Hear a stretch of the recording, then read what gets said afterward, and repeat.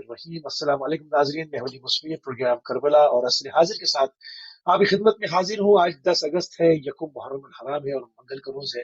پروردگار کی بارگاہ میں دعا گو بھی ہوں اور پر امید بھی ہوں کہ پوری دنیا میں آپ جہاں کہیں بھی ہوں گے، صدقے میں محمد و آل محمد علیہ السلام کے خیر و عافیت سے ہوں گے، اور تمام مومن مومنات اور مسلم مسلمات کی خدمت میں جو ہے وہ ان ایام کی تعزیت پیش کریں گے اور تعزیت رس کریں گے۔ عظم اللہ اجورنا واجورکم بمصابنا ابی عبداللہ الحسین علیہ السلام، انا للہ و انا الیہ راجعون۔ یکم محرم کے پہلے پروگرام کے ساتھ آپ کی خدمت میں حاضر ہوں، اور ہماری پروگرام میں پورے دسویں نشر میں علماء کرام ساتھ رہیں گے، ان کا بھی آپ کو تعارف کرا دیں۔ حالانکہ بھی شخصیات کسی تعارف کی محتاج نہیں ہے، ہندوستان سے ہمارے ساتھ رہیں گے علامہ سید قلب عباس رضوی صاحب، اور کویت سٹی سے ہمارے ساتھ رہیں گے علامہ مرزا عسکری حسین صاحب۔ اپنے دونوں مہمانان گرامی کی خدمت میں سلام بھی عرض کریں گے اور ان ایام کی تعزیت بھی پیش کریں گے۔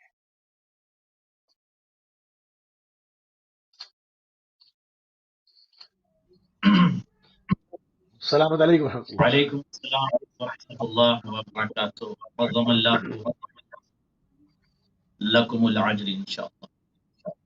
وعلیکم السلام جزاک اللہ انشاءاللہ۔ خدا جزاک اللہ قبلہ، جزاک اللہ آپ کی توفیقات میں اضافہ۔ جزاک اللہ قبلہ۔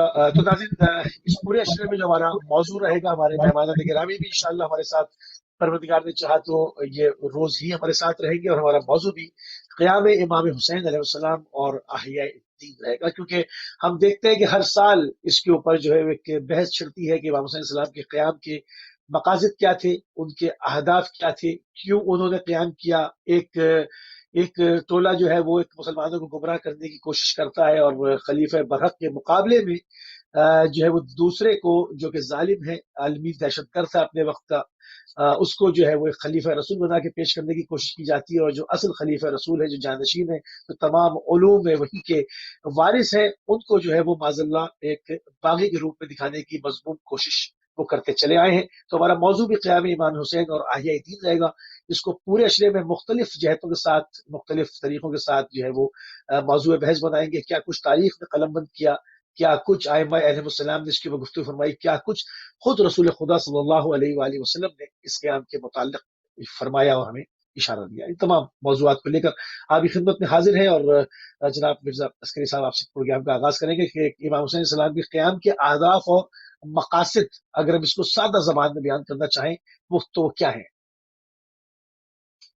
الشیطان الرجیم، بسم اللہ الرحمن الرحیم، الحمد للہ والصلاۃ علی اہلہا۔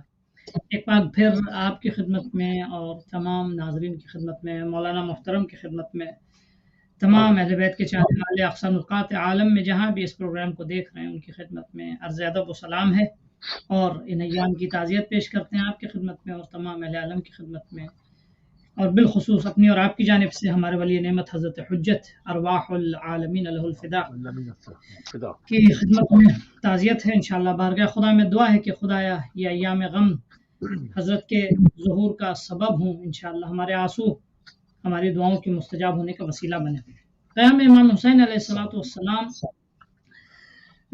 کی اہمیت، اس کی یعنی اس کی امپورٹنس، فلسفہ کیا تھا امام حسین علیہ السلام کے قیام کا، اس سلسلے میں کچھ عرض کرنے سے پہلے میں ایک نقطے کی طرف اشارہ کرتا چلوں کہ امام حسین علیہ السلام یا کوئی بھی حجت خدا ہر زمانے میں از آدم تا سلسلہ ولایت جہاں بھی ختم ہو رہا ہے، ٹھیک ہے، حجت خدا جو ہے وہ اپنے زمانے میں اس کا فریضہ یہ ہوتا ہے، چاہے اس کو ظاہری طور پہ اقتدار ملے یا نہ ملے، چاہے ظاہری طور پہ اس کے پاس کرسی ہو یا نہ ہو، اس کا فریضہ یہ ہوتا ہے کہ اس کو ذاتی اگر نقصان کہیں ہوتا ہے تو وہ تحمل کر لیتا ہے، وہ خاموش رہ جاتا ہے، لیکن اگر دین خدا کو کہیں سے اگر نقصان پہنچتا ہے، دین خدا کہیں سے اگر پامال ہوتا ہے، حلال ہے خدا حرام ہوتا ہے، حرام ہے خدا حلال ہوتا ہے، آشکارا طور پر دین خدا کا مذاق اڑایا جاتا ہے، آشکارا طور پر آیات خدا کو پامال کیا جاتا ہے، آشکارا طور پر حدود خدا کو پامال کیا جاتا ہے، تو اس ولی خدا پر، اس حجت خدا پر واجب ہے کہ یہ اس ظلم کے خلاف، اس گمراہی اور اس تباہی کے خلاف آواز اٹھائے. یہ یعنی حجت خدا پر فرض ہوتا ہے، کوئی بھی چاہے وہ نبی ہو، رسول ہو، چاہے امام ہو، وصی ہو، جو بھی ہو، ولی ہو، جو بھی ہو، اس پر فرض ہوتا ہے کہ وہ اس ظلم اور اس ناجائز عمل کے خلاف، حدود خدا کی پامالی کے خلاف وہ اپنے بند سکوت کو توڑے اور وہ اپنی آواز اٹھائے، اور جس انتہا تک اس کو جانا ہو وہ جائے حدود خدا کی پاسبانی کرنے کے لیے، حدود خدا کے تحفظ کے لیے. یہ خدا کا فریضہ ہوتا ہے. یعنی جتنے بھی مسلمان ہیں، اگر اس کے میں نہیں سمجھتا ہوں کہ اس کے خلاف اس موضوع سے متعلق کوئی ڈفرنٹ قرات ہوگی، کوئی دوسری قرات ہوگی. حدود خدا جب بھی حتیٰ میں امام ولی خدا کی بات کر رہا ہوں، ایک عام مسلمان پہ فرض ہے کہ اگر حدود خدا پامال ہو رہے ہیں. میں بہت امپورٹنٹ نقطے کی طرف لے جانا چاہ رہا ہوں تاکہ مقدمہ بنے امام حسین علیہ السلام کے قیام کے فلسفے کا مقدمہ بنے، اور اس کے بعد جو ہے زمانے کے حالات بھی ہمارے سامنے آ سکیں. خوب تمام مسلمانوں پہ فرض ہے، اگر کسی ایک مسلمان اگر کسی علاقے میں کسی شخص کو ظلم کرتا دیکھ رہا ہے تو اس شخص پر فرض یہ ہے، اگر کسی شخص کو حدود خدا کو پامال کرتا دیکھ رہا ہے تو اس شخص پہ فرض یہ کہ جس طرح بھی ممکن ہے وہ اپنی نارضایتی اور اپنی ناراضگی کا اظہار کرے، اور اس عمل سے اس شخص کو اپنی قدرت اور امکان کی توانائی کی حدوں میں رہ کر اس شخص کو اس کام سے روکے. اگر بالکل دین ہے تو وہاں تو اس کا سکوت ناجائز ہے، حرام ہے. یعنی ہماری کیا حیثیت، ہمیں عزت بخشی، ہمیں اللہ نے سب کچھ ہمیں عطا کیا، ہم جو کچھ بھی ہماری شناخت و پہچان ہے ایک مسلمان ہونے کی حیثیت سے وہ خدا کے سبب ہے، اس دین خدا کے سبب ہے. اگر دین خدا پامال ہوتا ہے تو وہاں اگر ہمارے قربان ہونے سے اگر دین خدا کا احیاء ہوتا وہ بچ سکتا ہے تو پھر ہم وہاں ہرگز تکلف نہیں کریں گے اور دین خدا کی پاسبانی میں اپنا سب کچھ لٹا دیں گے. یہ ایک مسلمان کا فریضہ ہے، چاہے جائے کہ ولی خدا، چاہے جائے کہ ایک امام معصوم، چاہے جائے کہ ایک حجت برحق. اب امام حسین علیہ السلام نے، آپ دیکھیں امام حسین علیہ السلام کے قیام کو آپ دیکھیں، جن حالات میں امام حسین علیہ السلام نے قیام کیا، وہ قیام امام حسین علیہ السلام کا ایسے حالات میں تھا کہ جہاں بالکل دین اور حدود خدا ختم کیے جا رہے تھے، حدود خدا کو تباہ کیا جا رہا تھا. اس کی تفصیل انشاءاللہ آئندہ آئے گی کہ کیا کیا مشکلات تھی. جزوی طور پہ اس کو ایک ایک پوائنٹس کو کوشش کریں گے ڈسکس کیا جائے، اور مولانا بھی موصوف یہاں تشریف رکھتے ہیں، انشاءاللہ تفصیل سے سامعین استفادہ کریں گے ناظرین. تو آپ کی خدمت میں عرض کریں حدود خدا کو اوور آل جو آؤٹ لائن ہم کہیں امام حسین کے قیام کی، آپ آؤٹ لائن دیکھیں. امام حسین نے ایک جملے میں ارشاد فرمایا، کیا فرمایا؟ ایھا الناس، اے لوگ. یہ خطاب کس کو ہے؟ اس سے یہ اندازہ ہوتا ہے کہ امام حسین کا قیام جو ہے وہ صرف اسلام کے لیے نہیں تھا، انسانیت کے لیے خطاب، انسانیت، پوری انسانیت کے لیے خطاب تھا. یعنی امام حسین ایک میسج دینا چاہ رہے ہیں کہ جس معاشرے میں بھی ہو انسان، جس مذہب سے بھی تعلق رکھتا ہو، کبھی بھی ظلم اور ظالم کو ایکسیپٹ نہیں کرنا چاہیے. انسانی حدود، سبھی حدود ہے، انسانی حدود ہے. جس معاشرے میں بھی لوگوں نے ظلم یا ظالم کو ایکسیپٹ کرنا شروع کر دیا وہ معاشرہ تباہ ہوگا، وہ معاشرہ کسی لائق نہیں ہوگا. اس معاشرے میں کوئی خیر اور کسی بھی طرح کی برکت کا یعنی اس کو ایکسپیکٹ نہیں کر سکتے. امام حسین کیا فرماتے ہیں؟ ایھا الناس، اے لوگوں، ان رسول اللہ صلی اللہ علیہ وآلہ وسلم قال، اے لوگوں رسول اکرم صلی اللہ علیہ وآلہ وسلم فرماتے ہیں، من رآ سلطانا جائرا، جس نے ظالم بادشاہ کو دیکھا، ظالم بادشاہ کو دیکھا. کون سا ظالم بادشاہ؟ اب یہ یعنی دائرہ جو ہے وہ اور گفتگو کا تنگ کرے امام حسین. مستحلا لحرام اللہ، وہ ظالم بادشاہ، ظالم کی خاصیت بتا رہے امام حسین علیہ السلام کہ اللہ کے حرام کو حلال کرے، ناکثن عہدہ، اللہ کے عہد کو توڑے، مخالفا لسنت رسول اللہ صلی اللہ علیہ وآلہ وسلم، اللہ کے سنت کی مخالفت کرے. یعمل فی عباد اللہ بالاثم والعدوان، اللہ کے بندوں میں گناہ اور ظلم سے معاملہ کرتا ہے، اللہ کے بندوں کے ساتھ ظلم اور گناہ کے ساتھ پیش آتا ہے. فلم یغیر علیہ بفعل ولا قول، اور یہ انسان، ایک انسان چاہے وہ مسلم ہو یا غیر مسلم، وہ ایسے شخص کے خلاف نہ اپنی زبان کے ذریعے نہ اپنے عمل کے ذریعے آواز اٹھائے تو اللہ کے لیے یہ حق ہوگا کہ اس انسان کو اللہ اسی ظالم کے ساتھ محشور کرے. تو آؤٹ لائن کیا ہے؟ حسین علیہ السلام کے قیام کا ایک بنیادی آؤٹ لائن جو ہم عرض کریں گے ایک جملے میں، ہدف قیام امام حسین علیہ السلام کیا تھا؟ حسین علیہ السلام وہ ظلم کا خاتمہ اور احیاء حلال و حرام خدا۔ سبحان اللہ، بہت خوبصورت طریقے سے قبلہ پروگرام کی جو ہے وہ ایک شروعات بھی ہو گئی، اور ہمارے جو موضوع ہے قیام امام حسین علیہ السلام اور احیاء دین، اس کے اوپر ایک جامع جو ہے وہ آپ نے گفتگو سے جو ہے وہ ماشاء اللہ پروگرام کا آغاز کر دیا۔ پورے 10 دن جو ہے پورے اشرے جو ہے اس کے اوپر قیام امام حسین السلام پہ، جیسے ابھی ہم نے عرض کی اپنے ان نئے ناظرین کے لیے جو ابھی ہمارے ساتھ جڑے ہیں، دوبارہ ان کی خدمت عالیہ میں عرض کر دیں کہ اس کے اوپر پورے اشرے جو ہے اس کے اوپر گفتگو ہوگی کہ امام حسین السلام کا جو آفاقی قیام تھا وہ ایک جہت میں نہیں تھا، اس کی ہزارہا جہت تھی۔ امام معصوم جو ہے وہ قیامت کے آخری لحظے تک، جب تک یہ دنیا قائم ہے اس وقت تک لوگوں کے امام ہے اور ہادی اور برق ہے اور ہدایت دینا ان کا کام ہے، وہ وہاں تک دیکھ رہے تھے۔ اس میں کتنے پہلو آتے ہیں تو پوری کوشش کریں گے کہ ایام میں ایک ہی پہلو کی طرف جو ہے وہ ہماری نگاہ جائے اور آپ کی خدمت عالیہ تک اس تمام جو تعلیمات ہیں، تاریخی حقائق ہیں، ان کو پہنچایا جائے۔ علامہ سید کلب عباس صاحب بھی ہمارے ساتھ موجود ہے۔ قبلہ امام حسین علیہ السلام نے جو مدینے سے سفر اختیار کیا اور جو وہاں سے نکلے ہیں آپ ایک اور آپ بار بار منزلیں بھی کرتے ہیں، بتاتے بھی جاتے ہیں اپنے اہداف کی طرف بھی، اپنے جو مقاصد ہیں ان کی جانب بھی، لوگوں کو بھی آگاہ کرتے ہیں، سب منزلیں کرتے ہوئے گئے۔ غالباً تو 16 منزلیں آپ نے کی ہیں راستے میں۔ تو عالم بشریت کو کیا پیغام امام نے دیا کہ وہ کیوں مدینے سے نکلے، حالانکہ وہاں پر جو ہے وہ جناب زہرا سلام اللہ علیہ کی قبر کو چھوڑنا، رسول کریم صلی اللہ علیہ وآلہ وسلم کی قبر سے جدا ہونا، وہ تاریخ نے لکھا ہے کہ صدر سخت اور تکلیف دہ تھا سید الشہداء کے لیے، مگر ایک آفاقی پیغام تھا۔ وہ کیا پیغام ہے؟ اعوذ باللہ السمیع العلیم من الشیطان اللعین الرجیم، بسم اللہ الرحمن الرحیم۔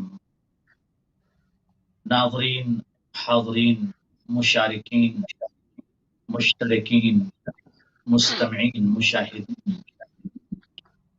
السلام علیکم ورحمۃ اللہ وبرکاتہ۔ عظم اللہ لکم العجر انشاءاللہ۔ جزاک اللہ۔ عالم شریعت کے سامنے تعزیت پیش کرنے سے پہلے حجت خدا کی خدمت میں مظلوم کربلا حضرت امام حسین اور ان کے خانوادے کی شہادت کے حوالے سے تعزیت پیش کرتے ہیں۔ اور محرم کا آغاز ہو چکا ہے پوری دنیا میں۔ 1382 ایئرس ہو چکے ہیں اس قربانی کو جو زمین کربلا پر امام حسین علیہ السلام نے پیش کی۔ 1382 سال چکے ہیں اس عظیم قربانی کو کہ جو زمین کربلا پر، یا اس پیغام کو جو زمین کربلا سے دی۔ لماذا خرج الحسین علیہ السلام من المدینہ وذهب الى المکہ الى کربلا؟ مظلوم کربلا زبدہ جمال کائنات کہ جس کے حلم میں اسلام کا حسن ہے، جس کے سین میں اسلام کی سلامتی، جس کے یہ میں اسلام کی، جس کے نون میں نظام مصطفیٰ کا جلوہ ہے، وہ مدینے سے کیوں نکلتے؟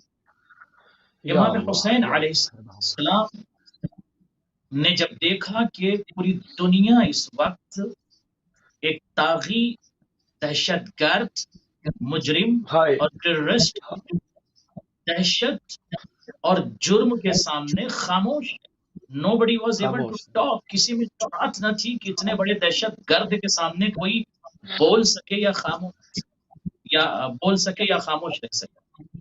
زیادہ تر لوگ دہشت کی وجہ سے خاموش تھے، کچھ لوگ جنہوں نے اپنے ضمیر کو، خمیر کو، فکر کو، اپنے مذہب کو، دین کو، سب کچھ بیچ دیا تھا اور یزید جیسے طاغی اور دہشت گرد کے سامنے خاموش تھے۔ اب ضرورت اس بات کی تھی کہ وہ اٹھے کہ جس کے رگوں میں ابو طالب کا لہو دوڑ رہا ہے، وہ اٹھے جو زبدہ شریعت، جو محافظ شریعت ہے، وہ اٹھے جو کل شریعت ہے، وہ اٹھے جو روح شریعت ہے، حیات شریعت، زندگی دین کو اٹھے اور پوری دنیا کے سامنے صحیح روح اسلام کو پیش کر سکے کہ ایکچوئل اسلام کیا ہے۔ کیونکہ یزید جس دین کو اسلام کا نام دے کر پیش کر رہا تھا وہ دین تو نہ تھا، اور پوری دنیا اگر یہ قربانی پیش نہ ہوتی تو پوری دنیا جس طرح سے حکومت اسلام کو لے کر آج پوری دنیا میں دہشت گردی پھیل رہی، اسی طرح سے یزید کو اپنا خلیفہ سمجھ کے یزید سے جو بظاہر وہ اسلام پیش کر رہا تھا، حقیقت میں وہ اسلام تو نہ تھا، دہشت گردی، جرم، دھوکہ، زنا، جھوٹ، شراب نوشی، تمام چیزوں کو وہ پیش کر رہا تھا۔ مگر دنیا کا کوئی بھی فرد یزید جیسے مجرم کے خلاف کسی نے آواز نہیں اٹھائی۔ اب ضرورت اس کی تھی کہ جو آغوش پیغمبر کا پروردہ ہے، اس کی جو وجہ کیا نواز تھی؟ کیوں رسول، خاموش تھے لوگ کیوں احسن خاموش تھے؟ جزاک آواز اللہ، کیوں نہیں خاموش، ہاں، پوری دنیا کیونکہ خاموش تھی دو اس وجہ میں سے۔ صف اول اور دوئم کے صحابہ بھی موجود تھے، اس میں بعض لوگ تھے اس کے اندر، اتنے قریبی لوگ تھے، ان کو بولنا چاہیے تھا۔ قریبی لوگ، احسن جزاکم اللہ خیر الجزا۔ آج تو پوری دنیا تک یہ پیغام جانا چاہیے، اور واقعاً اہل بیت ٹی وی کے تمام اراکین کو خدا سلامت رکھے۔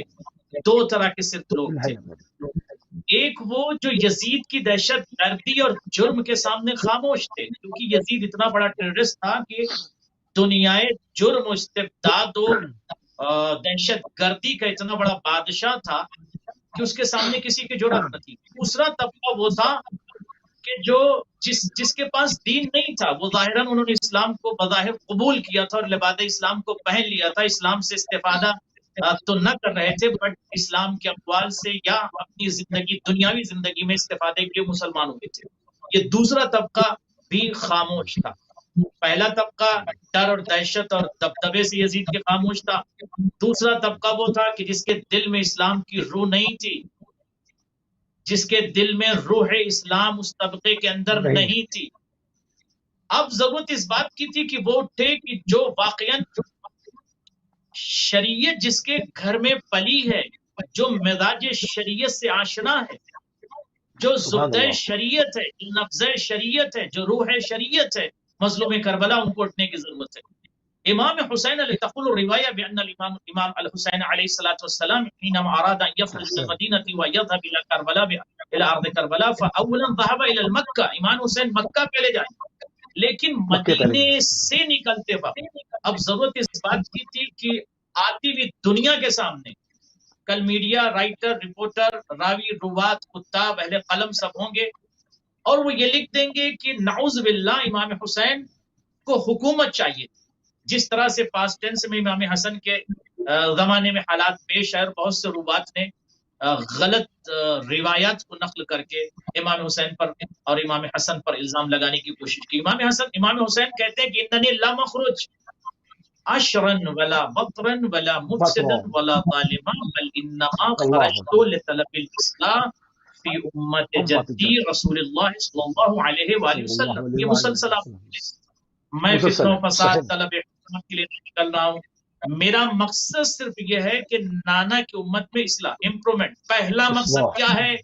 پوری دنیا بشریت کے اندر اصلاح۔ اس کا مطلب قوم کی ضرورت کا نام ہے حسین، بشریت کی نیڈ ہے حسین۔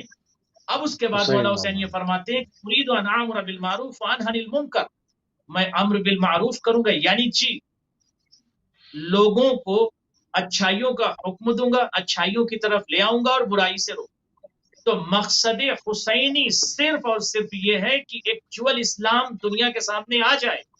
اگر امام حسین زمین کربلا تک نہ جاتے تو یزید جس چیز کو پیش کر رہا ہوتا وہ دہشت گردی ہے اور اس کو اسلام کا نام دیا جاتا۔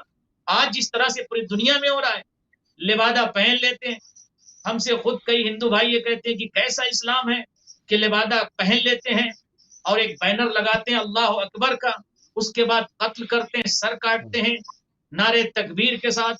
تو یہی چیز، یہی دہشت گردی پوری دنیا میں ہوتی، پوری دنیا کے سامنے اسلام کا ایکچوئل فیس سامنے نہ آتا اگر مظلوم کربلا زمین کربلا پر جا کر ایکچوئل دین کو پیش کرتے۔ اللہ اکبر، سبحان اللہ، سبحان اللہ، سبحان اللہ۔ بہت ہی خوبصورت طریقے سے آپ نے اس چیز کو اور ہمارے نوجوان نسل کے لیے ایک سادہ الفاظ میں کہ امام حسین علیہ السلام کو وہ کیا ضرورت پیش آئی کہ آپ مدینے سے نکلے، حالانکہ مدینے سے آپ کو نکلنا کس قدر سخت تھا، کس قدر شدید تھا۔ جناب زہرا سلام اللہ علیہ کی قبر سے ودا ہونا، رسول اللہ صلی اللہ علیہ وآلہ وسلم کی قبر سے جدا ہونا، سارے کتبے کو لے کے جانا، اور یہ جانتے تھے کہ اب واپس میں نہ آؤں گا. السلام علیکم ساتھ میں کربلا، اور ہمیشہ ہمیشہ آپ کربلا میں سکونت اختیار کریں گے. یہ تمام چیزیں مگر امام چونکہ ہادی برحق ہوتا ہے اور اس کی ذمہ داری ہے، تو وہ اپنی ذمہ داری کو لے کر سامنے وہ چلے. آپ نے تمام چیزوں کو جو وہ بیان کیا. قبلہ مرزا عسکری صاحب، امام حسین السلام نے کن حالات میں قیام کیا تھا؟ اس میں سیاسی حالات کیا تھے؟ اتنی جلدی ابھی رسول اللہ کی آنکھ بند ہوئے زیادہ عرصہ نہیں ہوا ہے، 63 ہجری ہے، اور جو ہے وہ ایک دم تیزی سے حالات اس قدر تبدیل ہو گئے کہ کوئی نواز رسول کو، یعنی صرف خالی ایک احترام کی بات نہیں، لوگ قتل پہ در پہ ہو گئے. مطلب اتنا دین ختم ہو گیا، اتنی تمام چیزیں، وہ نقوش، وہ رسالت کی وہ تعلیمات کے نقوش اتنے مٹ گئے کہ امام حسین علیہ السلام کو نہیں پہچان رہے قبلہ. حالات کیا تھے اس وقت، سیاسی حالات؟ دیکھیں، آپ کی خدمت میں عرض کریں کہ کسی بھی امت یا قوم میں جو تبدیلیاں آتی ہیں وہ گریجول آتی ہیں. یک بارگی جو ہے وہ بدلاؤ کبھی بھی امت میں نہیں آتا. فکروں میں بدلاؤ، یعنی کبھی کبھی نسلوں کی پلاننگز ہوتی ہے. یعنی ایک جنریشن کے لیے آدمی پلان کرتا ہے اور وہ پلان سکسیس ہوتا ہے، اور یہ 3-4 جنریشن تک، جب تک کوئی اس کے خلاف جو ہے ریفارمسٹ نہ آ جائے، اس کے خلاف کوئی انقلاب قائم کرنے والا نہ آ جائے، اس کے خلاف کوئی آواز اٹھانے والا نہ. لگتا ایسے ہے قبلہ کہ مطلب ایک پوری پلاننگ کے تحت لیے بیٹھے ہوئے تھے اندر کہ بس میں وہی یہ رسول اللہ کی آنکھ بند ہو اور کام شروع کیا جائے. میں بالکل وہی لے کر آنا چاہ رہا ہوں آپ کو، تاکہ دیکھیے ہمیں اس کے روٹ کاز کو، اس کی بنیادوں کو، جب تک ہم اس کو انالائز نہ کریں، اس کی جڑوں کو نہ سمجھیں. حتیٰ امام حسین علیہ السلام کے اقوال میں انشاءاللہ آئندہ پیش کیا جائے گا، اقوال میں یہ بات واضح ہے امام حسین علیہ السلام نے کس جگہ کے لیے قائم کیا ہے. امام حسین علیہ السلام کا قیام 61 ہجری یا 60 ہجری میں موجود فسادات کے خلاف صرف نہیں تھا، بلکہ امام حسین علیہ السلام 60 ہجری میں جو درخت اپنے مثلا فاسد پھلوں کو جو ہے معاشرے میں پیش کر رہا تھا، اور اس کی بیج جو ہے، اس کے بیج اور اس کی جڑیں جو ہے وہ تقریباً 50 سال پہلے جو بوئے گئی تھی، اس کے بیج بوئے گئے تھے. امام حسین علیہ السلام نے قیام کے لیے پورے اس گزشتہ 50 سال کو مد نظر رکھ کے اپنی تحریک کا فلسفہ بیان کیا ہے. تو میں عرض کر رہا ہوں کہ کسی بھی بہت امپورٹنٹ ہے، کسی بھی ملت یا قوم کی تباہی کے لیے، اس قوم میں بدلاؤ کے لیے پلاننگ ہوتی ہے، جس طرح اس کے سدھار کے لیے پلاننگ ہوتی ہے. نہ سدھار خود بخود ایک بار میں آ جاتا ہے، اور نہ ہی بدلاؤ جو یعنی خرابی تخریب جو ہے وہ ایک بار میں آتی ہے. میں بریکٹ میں ایک ایگزامپل، میں مولا کائنات کی آپ حکومت کا سلسلہ سبوں کو یاد ہے. ظاہری طور پہ آپ کو 3.5 سال کے آس پاس، 4 سال کے آس پاس آپ کو حکومت ملی. ظاہری طور پہ مولا کائنات علیہ السلام کا شعار کیا تھا کہ میں سنت رسول کو زندہ کروں گا، مجھے رسول کی سنت کے علاوہ ان کے بعد اور کیا نام ہے ہم سے پہلے جتنے بھی لوگ گزرے ہیں، مجھے کسی کی پرواہ نہیں ہے، مجھے صرف سنت رسول کی احیا، ٹھیک ہے، میں چاہ رہا ہوں سنت رسول کو زندہ کروں. اس کے لیے مجھے جس حد تک جانا پڑے، اگر مجھے تم برداشت کر سکتے ہو حکومت میں تو برداشت کرو، اف یو کانٹ ایکسپٹ کوئی مسئلہ نہیں. ہمیں ٹالریٹ نہیں کر سکتے ہو، ہمیں نہیں چاہیے تمہاری حکومت، تمہارا اقتدار نہیں چاہیے، ٹھیک ہے نا، ہمارا جو کام ہے ہم وہ انجام دے رہے ہیں، ٹھیک ہے، لیکن کیونکہ تم میں اتنی صلاحیت لیاقت نہیں ہے، تم ہمیں برداشت کرو. تو مولا کائنات علیہ السلام نے 4 سال کا عرصہ کتنی سختیوں سے گزارا. 4 سال کا عرصہ مولا کائنات کو اس قدر ریفارم میں اور بدلاؤ میں گزارنا پڑا. یعنی گزشتہ 30 سال کی 36 سال کی خرابیوں اور خباثتوں کا ازالہ مستقل جو ہے وہ مولا کائنات نے کرنے کی کوشش کی، اور تقریباً 50 سے 57 حکام آپ کے گورنر جو چینج ہوئے، بدلے، مسلسل آپ کو 3 بڑی بڑی جنگیں کرنی پڑی، ایک سخت حالات. لیکن ہاں، اس کا اچیومنٹ کیا تھا، میں جس نتیجے پہ لانا چاہ رہا ہوں، اس کا اچیومنٹ یہ تھا کہ کوفے میں، روایات نے بھی کہا، خود مولا کائنات نے اس کو بریف کیا کہ کوفے میں کوئی بھی ایسا شخص نہ تھا جو اس بات کا دعوے دار ہوتا کہ میں رات کو بھوکا سوتا ہوں. یہ مولا کائنات نے کیا. لیکن کیا تھا، گزشتہ 36 سال کی خرابیوں کی اصلاح. امام حسین علیہ السلام کا قیام جو تھا وہ اسی تحریک کا ادامہ تھا. پوری طرح سے مکمل طور پہ خرابیاں دور نہیں ہوئی تھی. ابھی بھی مثال کے طور پہ شام ظالم کے ہاتھ میں تھا. مسلمانوں کی فکر پہ وہی افکار مسلط تھے جن کی باقاعدہ پلاننگ کی گئی تھی. تو امام حسین علیہ السلام نے روٹ کاز کیا بتایا، امت مسلمہ کی تباہی کا روٹ کاز جو انحراف کا آغاز ہوا وہ سقیفہ سے ہوا. بہت امپورٹنٹ ہے. امام حسین علیہ السلام کے خطبات آپ دیکھیں، میں آپ کی خدمت میں انشاءاللہ آئندہ بھی پیش کیے جائیں گے، ناظرین اس کی طرف توجہ کریں گے. امام حسین علیہ السلام کے قیام کا روٹ کاز قیادت میں انحراف،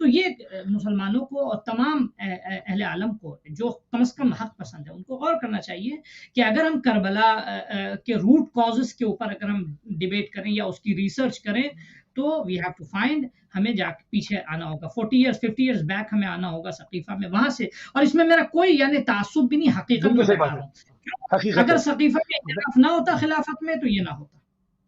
بالکل صحیح. بنائی تھی سقیفہ میں جو کبھی بنائی تھی سقیفہ میں جو کبھی پائے عابد میں وہی زنجیر ہے. اس کی کڑیوں کو دیکھنا ہوگا کہ یہ کڑیاں جاتی کدھر ہیں اور کہاں سے اس کا آغاز ہوا اور سقیفہ میں ہوا کیا اور کس طرح سے اہل بیت علیہ السلام کو جو ہے وہ ایک مظلومیت کی طرف جو ہے وہ ان کے سفر کا آغاز کہاں سے شروع ہوا. ان تمام چیزوں کو یہ پروگرامز کرنے کا مقصد ہی یہ ہے کہ کسی کی دل آزاری کرنے کا مقصد نہیں ہے، تاریخ کو بیان کرنا ہے تاکہ مسلمانوں کے اندر داخلی جنگ کو روکا جا سکے، مسلمانوں کے اندر اویئرنیس کو پھیلایا جا سکے، مسلمانوں کے اندر جو کہ رسول اللہ صلی اللہ علیہ وآلہ وسلم سے ہر شخص شدید محبت کرتا ہے تو اس کو پتا ہونا چاہیے کہ رسول اللہ کا دوست کون ہے اور رسول اللہ جس کو لحمک لحمی کہیں اس کا دشمن کون ہے اور کون اس کو نعرہ تکبیر کے ساتھ ذبح کرتا ہے. اس کے چہروں پر سے نقاب اتارنے کا مہینہ محرم ہے. قبلہ علامہ عباس صاحب یزید ملعون نے جو بیعت کا مطالبہ امام سے کیا، جو بیعت مانگی، مطلب کیا امام حسین السلام سے بیعت لیے بغیر اس کا کام نہیں چل رہا تھا؟ آیا یہ بیعت جو تھی اپنی حکومت کو بچانے کے لیے تھی یا اسلام کی تباہی کے لیے وہ چاہتا تھا کہ یہ بیعت کر لوں؟ اگر امام حسین نے بیعت نہ کی تو گویا کہ پھر اس کی خلافت جو ہے وہ کبھی بھی مستحکم نہیں ہو سکتی. اس پہ گفتگو فرمائی خبر. یقیناً بہت ہی اہم اور امپورٹنٹ یہ سوال ہے اور اس پر پوری دنیا بشریت کو اور خصوصی طور پر مسلمان برادران کو غور کرنا چاہیے. کبھی کبھی یہ سوال اٹھتا ہے کہ یزید ملعون نے جب طلب کیا مولا حسین سے بیعت، اس سے پہلے ذرا مسبقاً یہ سمجھنے کی ضرورت ہے کہ یزید جیسے دہشت گرد اور مجرم اور طاغی اور ابو الطغات کہہ لیجیے اور اپنے دور کا سب سے بڑا دہشت گرد جس کی حکومت تقریباً اس دور کے حساب سے اگر آپ دیکھیں تو میرے خیال میں اگر آپ تجزیہ و تحلیل کریں تو 40 سے 50 ملکوں میں جو چھوٹے چھوٹے ملک تھے اس میں اس کی حکومت تھی، یعنی بہت بڑے خطے میں وہ حکومت کر رہا تھا. شام میں وہ بیٹھا ہوا تھا، شام کو دمشق کو اس نے دارالخلافہ قرار دیا تھا. اب یزید کی اکثریت نے تو بیعت کر لی تھا بظاہر. شام میں جو ان کے والد صاحب کو بٹھایا گیا تو مسلمان ادھر بھی غور کریں کہ یہ بھی ایک پلاننگ تھی کہ یہ جیسے ہی مولا بن مومن آئیں گے شام سے بغاوت شروع ہو جائے گی. یعنی وہی والی بات ہے فٹ بال کی طرح. یقیناً بہت ہی افسوس کے ساتھ یہ جملہ کہنا پڑ رہا ہے کہ دنیائے بشریت کے لوگ بیدار ہوں اور محرم میں خصوصی طور پر جو کرٹن پڑا ہوا، جو پردہ پڑا ہوا ہے ایکچول تاریخ پر یا حقیقت پر یا روح حقیقت پر، اس کی طرف متوجہ ہونے کی ضرورت ہے کہ ابو سفیان نے کیا کیا. اس کے بعد ابو سفیان کے بیٹے نے اپنے بیٹے یزید کو خلیفہ بنایا اور بنانے کے بعد باقاعدہ یہ بہت ساری کتب میں مذکور ہے، مکتوب ہے، منقول ہے، لکھا ہوا ہے کہ باقاعدہ یزید کے باپ نے بھی یہی پلاننگ کی تھی اور بنو ہاشم سے جس میں بدلے کی بھاونا اور بدلہ لینے کی بات بھی کتابوں میں، کتب میں، دیگر بہت ساری کتب میں مذکور ہے. اور یہی وجہ ہے کہ بہت سارے ہمارے متکلمین جن کا تعلق اہل سنت سے ہے وہ بھی جب حقیقت کی طرف آتے ہیں اور یہ دیکھتے ہیں کتنا خطرناک معاملہ تھا جو ابو سفیان سے چلتا ہوا اس کے بیٹے اور اس کے بعد پھر اس کے بیٹے یزید تک آ گیا، اتنا خطرناک معاملہ، اتنی خطرناک سازش تھی آل محمد کے خلاف. ظاہراً تو یہ حکومت چاہ رہے تھے مگر ان کی دشمنی آل محمد علیہ السلام سے تھی. یزید کی جب حکومت یزید نے بیٹھ کے وہ اشعار پڑھے، کہا تو اس نے چھپایا کب؟ اس نے تو فرمایا کیا یہ بات. بے شک اس نے یہ کہا تھا کہ اگر یہ میرے اجداد اس وقت ہوتے تو میں دیکھتا، میں ان کو دکھاتا، وہ یہ دیکھتے. اس کے کلام کا خلاصہ یہ ہے کہ کس طرح سے میں نے چن چن کے بدلہ لیا ہے. رؤوس شہداء کو کاٹنے کے بعد اس نے جام کو ہاتھ میں لیا اور اس کے بعد یوں ٹکرا کے اسے کہتا تھا، جب جھاگ نکلتی تھی جام سے تو وہ ملعون کہتا تھا کہ جیسے اس میں حجاج ناچ رہے اور رقص کر رہے ہیں، یرقص. رقص کا لفظ استعمال کیا اس نے اپنی گفتگو میں نجس نے، اور یہ کہا کہ یہ جو چھاگ ہے نا، جب شراب نوشی تخت پر بیٹھ کر شام کے کرتا تھا اور اس کے قریب میں جتنے افراد تھے اپنے آپ کو جو مسلمان کہتے تھے، جو روات کہتے تھے، جو اپنے آپ کو اس دور کے صحابی کہتے تھے، کتاب کہتے تھے، رائٹر، وہ سب خاموش تھے. وہی کہتا تھا کہ اس میں حجاج رقص کر رہے ہیں، بٹ کوئی یہ نہیں بولتا تھا کہ شراب کے جام میں حجاج کی کس طرح سے یہ توہین کر رہا، قرآن کی توہین، حجاج کی توہین، کعبے کی توہین، اسلام کی توہین، آل محمد کی توہین، مگر کوئی نہیں بول رہا تھا. تو اب یزید جیسا دہشت گرد اور مجرم جوانان پوری دنیا کی یوتھ بیدار ہو جائیں، بغیر فرق مذہب و ملت و ملل و دین و دھرم و مذہب و مسالک، غور کریں، ایکچولیٹی کی طرف آئیں، اہل بیت کا اہم پیغام غور سے سنیں. اب اس وقت جب یزید کی حکومت تو چاروں طرف قائم تھی، اگر امام حسین بیعت نہ کرتے تو اس کی حکومت کا کیا ہوتا؟ حکومت کو بچانے کے لیے اس نے بیعت نہیں مانگی تھی. پھر میں جملہ ریپیٹ کر رہا ہوں، حکومت کو بچانے کے لیے یزید نے امام حسین سے بیعت نہیں مانگی تھی. آلریڈی ساری دنیا نے، اکثریت نے اس کی بیعت کر لی تھی. پھر کیوں اس نے بیعت مانگی؟ بیعت اس لیے مانگی تھی کہ جس حکومت کو وہ اسلامک نام دے رہا، جیسے آج سعودی عربیہ دیگر بہت سارے ملک ہیں، اپنے آپ کو اسلامک حکومت، اسلامک کنٹری، یعنی جہاں پر اسلام کا رول چل رہا ہو، جہاں پر شریعت کا نفاذ ہو رہا ہو، اس حکومت کو اپرووڈ کرنے کے لیے، موافقہ لینے کے لیے، مہر اسلام کو لگوانے کے لیے ضرورت اس بات کی تھی کہ نواسر رسول ہماری حکومت پر مہر لگا دیں اور یہ ثابت ہو جائے کہ اس وقت میرے پاس حکومت ہے، وہ حکومت بالکل شریعتن ہے اور نبیوں کے سردار کی شریعت کے مطابق ہے. اس کے بعد جو میں کروں گا کسی میں جرات نہیں ہوگی کہ وہ بول سکے. فرض کریں کہ میں حرام کو حلال کروں گا، کوئی نہیں بولے گا، حلال کو حرام کر دوں گا، کوئی نہیں بولے گا. اگر کوئی بولے گا تو میں کہوں گا کہ جب یہ حکومت کہ جس کو اپرووڈ کیا ہے امام حسین نے، جو وارث شریعت ہیں، جو خود شریعت ہے امام حسین، جب انہوں نے اس حکومت کو اپرووڈ کر دیا ہے تو تم کون ہوتے حکومت کے خلاف بولنے کے؟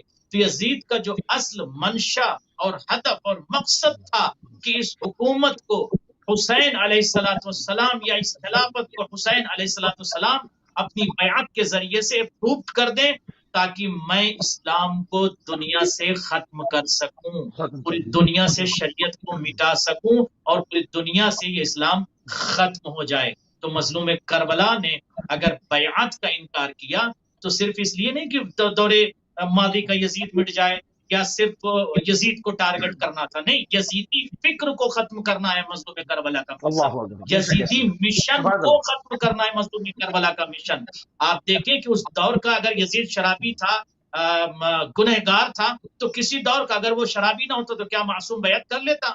شرابی اور غیر شرابی مسئلہ نہیں ہوتا، معصوم غیر معصوم کی بیعت نہیں کرتا. یہ الگ بات ہے کہ یزید مجسمہ رذائل تھا اور اہل بیت اطہار علیہ السلام ایکچوئل حقیقت دین، اصل دین، مزاج دین، روح دین ہوتے ہیں. امام حسین علیہ السلام جوانان غور کریں، امام حسین نے بیعت سے انکار کر کے دنیا کے سامنے یہ بتا دیا کہ نہ اس کی حکومت اسلامک تھی، نہ اس کے باپ نے جتنے سال بھی حکومت کی ظاہری طور پر یا جو بھی کیا، نہ وہ اسلامک طریقے سے پروف تھی، نہ اس سے پہلے جو بھی حکومتیں گزری تخت پر لوگوں نے بیٹھ کر قبضہ کیا، وہ ساری کی ساری حکومتیں ایکچوئل اسلامک نہیں تھی. اور اسی وجہ سے آج دنیا کی مملکتیں، دول اور بہت سارے ایسے کنٹری اور ملک ہیں جہاں پر اپنے آپ کو لوگ مسلمان کہتے ہیں لیکن وہاں پر روح اسلام نہیں ہے، وہ حکومت اسلام جس کی بنیاد پر مشکلات ہے.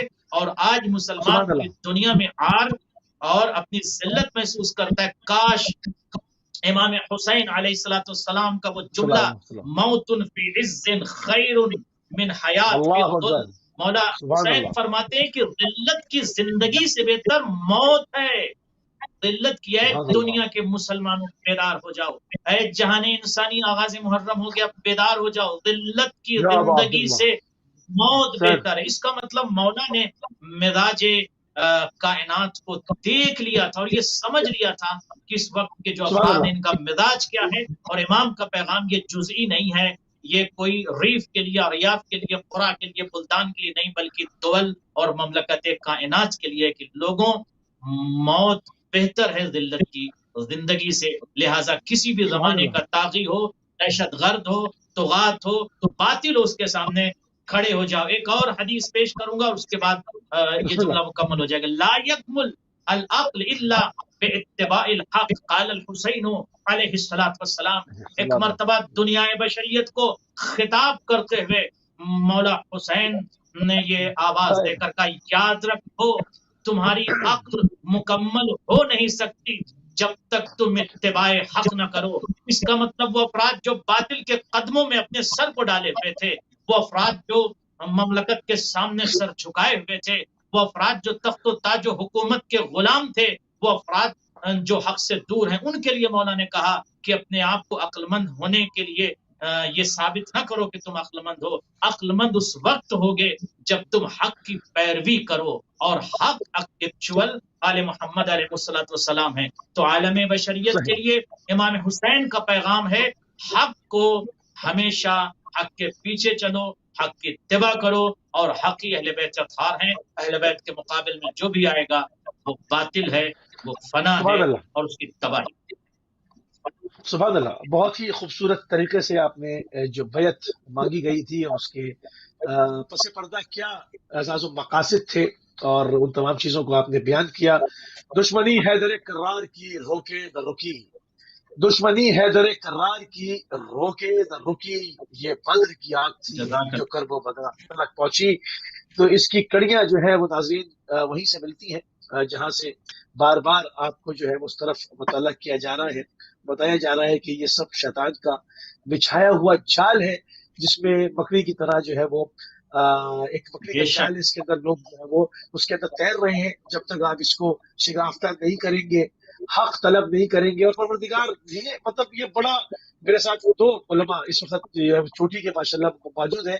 مطلب اگر خدا چاہے تو کیا نہیں ہو سکتا. اگر انسان گھر میں بھی بیٹھا ہوا ہے اور حق کا طالب ہے، اس کی نیت سچی ہے، تو اب یقین کریں آج کے دور میں ایسے وسائل موجود ہیں کہ وہ گھر میں بیٹھے بیٹھے انٹرنیٹ کے ہی ذریعے سے حق پا سکتا ہے. صرف انسان کے اندر چاہ اور اس کی جو ہے وہ ایک باعثنس نہیں ہونی چاہیے اس کو حق تلاش کرنے کی، اور ایک تعصب کی عینک اگر وہ نہ لگائے اور کھلے ذہن کے ساتھ حق کو تلاش کرے، تو کوئی دو باتیں نہیں کہ وہ حق کو اپنے گھر کے اندر بیٹھے ہوئے ہی نہ پا جائے. اس میں کوئی دو باتیں نہیں ہیں. آگے بڑھیں گے قبلہ، بالکل ٹائم ہمارے پاس کم ہو رہا ہے. اہداف امام حسین علیہ السلام کا آپ نے جو ہے وہ قبلہ عسکری صاحب ذکر فرمایا. اس میں سب سے زیادہ نمایاں اور سر فہرست اہداف امام حسین علیہ السلام کے کون سے دیکھتے ہیں آپ؟ دیکھیں، آپ کے امام حسین علیہ السلام کے قیام کا جو سب سے نمایاں پہلو ہے وہ چند چیزیں امام حسین علیہ السلام نے، اکثر لوگ یہ جو اس پہ تبصرہ کرتے ہیں، بہت امپورٹنٹ نقطہ ہے، اس پہ غور کیجیے گا. جو تعبیریں بیان کی جاتی ہے، بعض لوگ کہتے ہیں کہ امام حسین علیہ السلام نے کیا نام ہے خود کو قربان کرنے کے لیے قیام کیا تھا. کچھ لوگ کہتے ہیں امام حسین علیہ السلام نے یزید سے حکومت لینے کے لیے قیام کیا تھا. علماء کا جو اس سلسلے میں بیان اور اس پہ تجزیہ جو اس کا امپورٹنٹ ہے، جو فکروں کو ایک جہت دیتا ہے. دیکھیں، امام حسین علیہ السلام کے قیام کا مقصد جو ہے اصل کیا تھا؟ حدود خدا کا قائم ہونا. اب یہ حدود خدا کا قیام، اگر مثال کے طور پہ امام حسین علیہ السلام، حدود خدا کب قائم ہوتی ہیں اس کو ذہن میں رکھیے گا. حدود خدا کبھی بھی کوئی غیر الہی نمائندہ یا ایسا حاکم کہ جس کو الہی سند حاصل ہو، جیسے ہمارے مراجع تقلید ہوتے ہیں، ٹھیک ہے، جن کو الہی سند حاصل ہوتی ہے، ٹھیک ہے، یا معصوم کی طرف سے سند یعنی ان کو اپروول ہے، ٹھیک ہے، یا خود معصوم علیہ السلام ولی خدا وسیع، جب تک وہ راس حکومت میں نہ ہو، جب تک وہ جو ہے قیادت میں نہ ہو، کبھی بھی حدود خدا قائم نہیں ہو سکتے. اس کو ذہن میں رکھیے گا. حدود خدا یعنی دین خدا، الہی حکومت کا قیام جو ہے وہ اس الہی نظام کا، قرآن مجید کا عملی نفاذ جو ہے، آیات خدا کا عملی نفاذ، دین و شریعت کا عملی نفاذ بغیر ولی خدا، حاکم حجت خدا یا ان کی طرف سے اپوائنٹڈ اور اپرووڈ حاکم کے بغیر کبھی بھی ممکن نہیں ہے. کہیں کوئی بھی دعوے دار بنے، وہ جھوٹا دعویٰ ہے، محض جس کو کہتے ہیں لقلقہ لسانی ہے، بغیر حجت خدا یا اس کی تائید کی کسی حکومت کا کوئی اعتبار نہیں.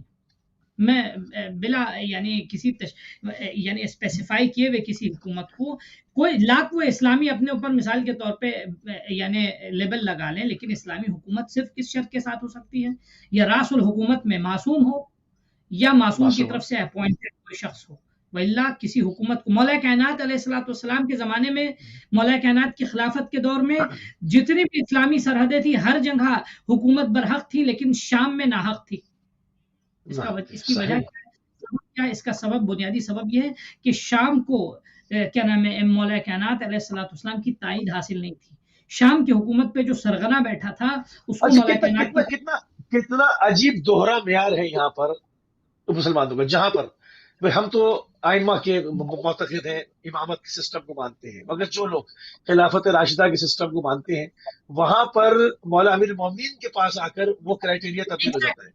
وہاں پر یعنی مولا امیر المومنین سے جو بغاوت کرے، جو مولا امیر المومنین سے بغاوت کرے پچھلے لوگوں کے حساب سے کافر ہو جائے گا، جو بھی خلیفہ راشد کے خلاف قیام کرے کہتے ہیں کافر ہے، مولا علی کے خلاف جو قیام کرے کہتے ہیں رضی اللہ اجتہادی غلطی ہے۔ سبحان اللہ جی، کیا معیار ہے؟ ہم چاہ رہے ہیں یہ انٹلیکچوئل پوائنٹ جو ہے لوگوں کے ذہن میں جائے، اس پہ کم از کم غور کریں۔ ہم خدا نہ کرتا کسی کی دل شکنی، دل آزاری نہیں کرنا چاہتے، ایک صاف سی بات ہے۔ اگر بیان کر رہے ہیں دل شکنی کیوں ہوگی؟ اگر معیار خلیفہ کا برحق ہونا ہے، معیار خلیفہ کا مستند ہونا ہے کہ خلیفہ جو معیار ہے، تو پھر کوئی بھی خلیفہ کے مقابلے میں کھڑا ہو اس کو لیجیٹمیسی نہیں ہوگی، کوئی بھی کھڑا ہو۔ بہت امپورٹنٹ نقطہ، وہ لیجیٹمیٹ نہیں۔ اب اچھا یہ اب ہوتا ہے، دیکھیے ایک جو شیطانی فلسفہ کیا ہوتا ہے، وائرس اس کے بعد اینٹی وائرس، ٹھیک ہے، پہلے وائرس ایجاد کیجیے، اس کے بعد ایک اینٹی وائرس بنائیے تاکہ وائرس کل ہو سکے، پھر وہ اینٹی وائرس کچھ دنوں میں خود وائرس کا کام کرنے لگتا ہے، اس سے بڑا کوئی وائرس آ جاتا ہے جو اس کو کرپٹ کرتا ہے، پھر ایک نیا اینٹی وائرس آتا ہے۔ دیکھیے اسلامی دنیا میں جو نظریاتی انحرافات آئے اس میں بھی ایک بڑی مشکل آئی، ٹھیک ہے، خوب پہلے معیار آپ نے بنایا، ٹھیک، ہم بھی چلیے احترام کرتے ہیں، ابھی آپ نے جو ہم آپ ہی کے معیار کی بنا پر، یعنی یہ دانشوروں کو خطاب ہے، دانشور اس کو باقاعدہ اس کا جواب دیں اور حل کریں، دینی مسئلہ ہے، ہم بھی چاہ رہے ہیں ہدایت کا راستہ پائیں، ہم چاہ رہے ہیں صحیح راستے میں، اگر یہ سمجھتے ہیں کہ مثلا آپ صحیح ہیں تو آئیے ہم کو صحیح کیجیے، اور اگر ہم صحیح ہیں تو آپ ہماری باتوں کی بنا پر صحیح ہوئیے، ٹھیک ہے، اس کو ہم ڈسکس کرنا چاہ رہے ہیں۔ دیکھیے آپ کہتے ہیں کہ معیار خلفاء ہے، رسول خدا کے بعد خلفاء معیار ہے، تو پھر جو بھی خلیفہ کی مخالفت کرے اس کو غلط ہونا چاہیے۔ تو آپ نے کیا فارمولا بنایا کہ نہیں، آپ نے کلیئر 200 سال کے بعد تو شامل کیا ہے، 200 سال تک تو وہ ذکر بھی۔ ایک بڑی مشکل کیا ہوئی، تاریخ نے کیا کیا، خیانت کاری یہ کی کہ آپ نے کچھ بت بنا دیے کہ نہیں بھائی آپ ان کے بارے میں کچھ نہ کہیے، آپ سائلنٹ رہیے۔ خوب یہی معیار حق و باطل ہے۔ ہم کہاں سے معیار حق، ہم رسول خدا کو ہم نے کہاں دیکھا؟ ہم نے رسول خدا کو نہیں دیکھا۔ رسول خدا کو کس نے دیکھا تھا؟ رسول خدا کو خلفاء راشدین نے دیکھا تھا، رسول خدا کو تابعین نے دیکھا تھا، تابعین نے اگر نہ بھی دیکھا تو صحابہ نے دیکھا۔ مطلب جو لوگ خلفاء راشدین کا نام دیتے ہیں، مطلب ہمارے لیے تو خلیفہ راشد بس۔ ابھی میں اپنے معیار کے مطابق بات نہیں کر رہا ہوں، ابھی میں اسی ضابطے کی بنا پر بات کر رہا ہوں، کیونکہ معیار حق وہ آپ سمجھتے ہیں ان کو نا، ٹھیک ہے، اگر آپ انہی میں حق و باطل کا معیار ختم کر دیجیے گا تو ہم کیسے پہچانیں گے؟ بھائی وہاں آپ کچھ اصول تو بنائیے کہ بھائی ان میں سے صحیح یہ ہے، غلط یہ ہے۔ آپ ایک طرف تو کہتے ہیں کہ علی حق ہے، اس کے بعد جو ہے علی کے مقابل میں جو بھی ہے وہ بھی حق ہے، یہ کیسے پاسبل ہو سکتا ہے؟ مالکم کیف تحکمون، ٹھیک، ایک وقت میں یعنی ایسا کیسے ممکن ہے کہ غلط بھی صحیح ہو اور صحیح بھی صحیح ہو؟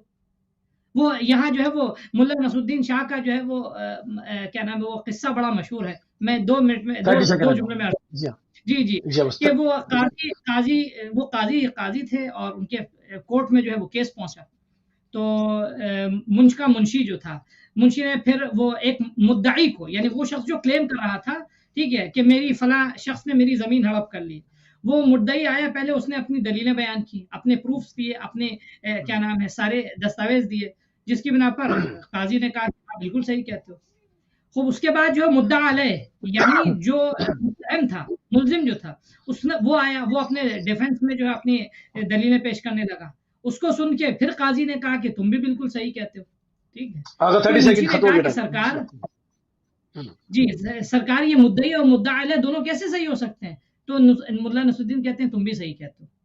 یہ حال بنا دیا عالم اسلام کا کہ سب صحیح غلط کو پہچان ہی نہ پائے ہم، تو ہم کہتے ہیں ہم 21 صدی میں رہتے ہیں، ہم کیسے صحیح غلط کو پہچانیں گے؟ بہرحال یہ یہ انقلاب مشکل کا مہینہ، یہ انقلاب کا مہینہ، یہ تلوار کی دھار پہ خون کی فتح کا اعلان کرتا ہوا داخل ہوتا ہے، اور یہی اس جو کنفیوژن پھیلائی گئی، یہ اس کے ان چہروں پہ سے نقاب اتارنے کا مہینہ ہے، یہ ان باطل پرستوں کی جو ان کے کرتوت ہیں ان کو عیا کرنے کا مہینہ ہے۔ بہرحال ابھی ہمارے پاس وقت ہے، اور انشاءاللہ جو ہے وہ 10 دن اس کے اوپر بات ہوگی۔ ہم اپنے دونوں مہمانان گرامی کے جناب قبلہ قلبی عباس صاحب اور علامہ مرزا عسکری صاحب کے شکر گزار ممنون ہے۔ ہمارے پروگرام کا ٹائم جو ہے وہ تمام ہو گیا۔ ہماری آپ کی اگلی ملاقات کل UK ٹائم سے 3